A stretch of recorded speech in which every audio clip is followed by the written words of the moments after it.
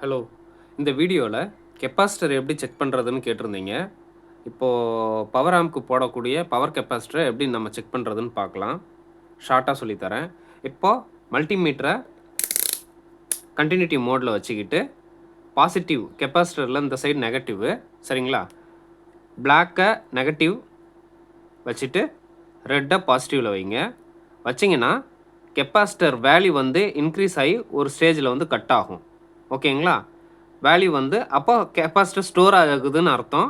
டக்குன்னு நீங்கள் அதை வந்து ஒரு எவ்வளோ வால்டேஜ் இருக்குது இப்போ ஸ்டோர் ஆகிருக்குன்னு பார்க்குறதுக்கு திரும்ப வால்ட் மீட்டரில் DC 20 வச்சு திரும்ப பாசிட்டிவ் நெகட்டிவில் வச்சு பார்த்தீங்கன்னா அந்த பாருங்கள் 1.44 அப்படியே ஸ்டெடியாக காட்டிக்கிட்டே இருக்குது பாருங்கள்.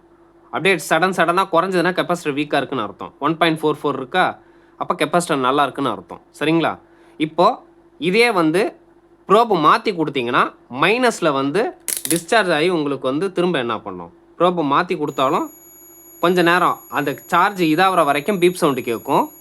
குறைஞ்சிட்டு திரும்ப என்ன பண்ணும், மைனஸில் வந்து உங்களுக்கு சார்ஜ் ஆகும் ப்ரோபை மாற்றி கொடுத்தா.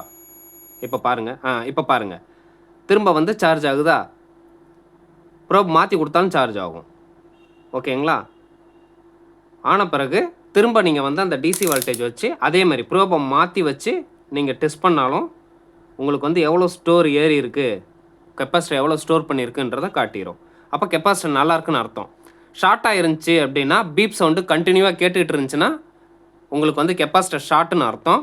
கெப்பாசிட்டர் பல்ஜாகி இருந்தாலோ, இந்த டாப் வந்து பல்ஜாகி இருந்தாலோ, கிராக்காகி இருந்தாலோ, இந்த ஷீல்டு வந்து கிழிஞ்சிருந்தாலோ கெப்பாசிட்டர் டேமேஜ்னு அர்த்தம்.